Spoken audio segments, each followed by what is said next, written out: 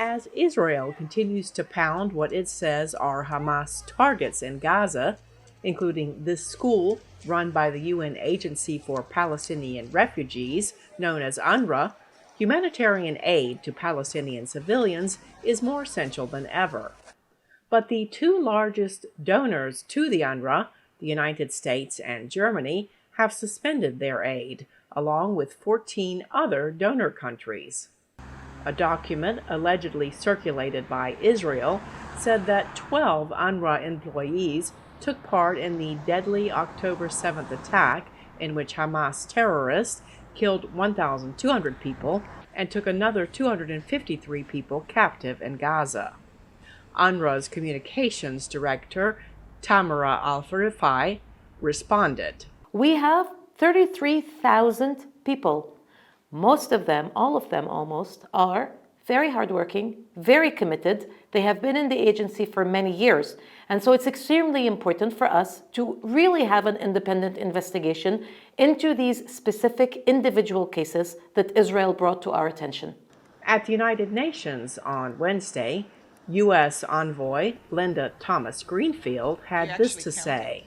I know that we need to see fundamental changes before we can resume providing funding directly to UNRWA. And as you know, we shouldn't let that cloud the great work that UNRWA does.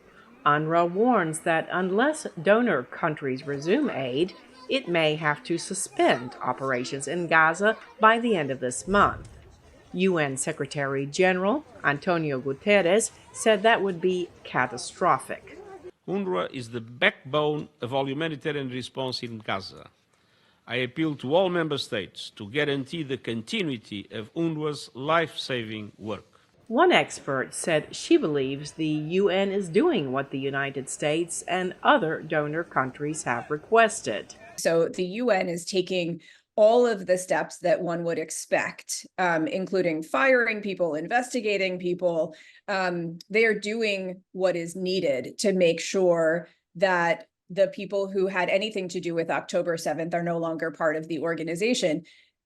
It still is the case that UNRWA is providing crucial life-saving aid when not a lot of people or humanitarian organizations can get into Gaza. This is absolutely essential. So to suspend funding is just an extreme position. The Hamas-run Gaza Health Ministry says roughly 27,000 people have died in the Israeli military operation against the U.S.-designated terrorist group Hamas since October 7th.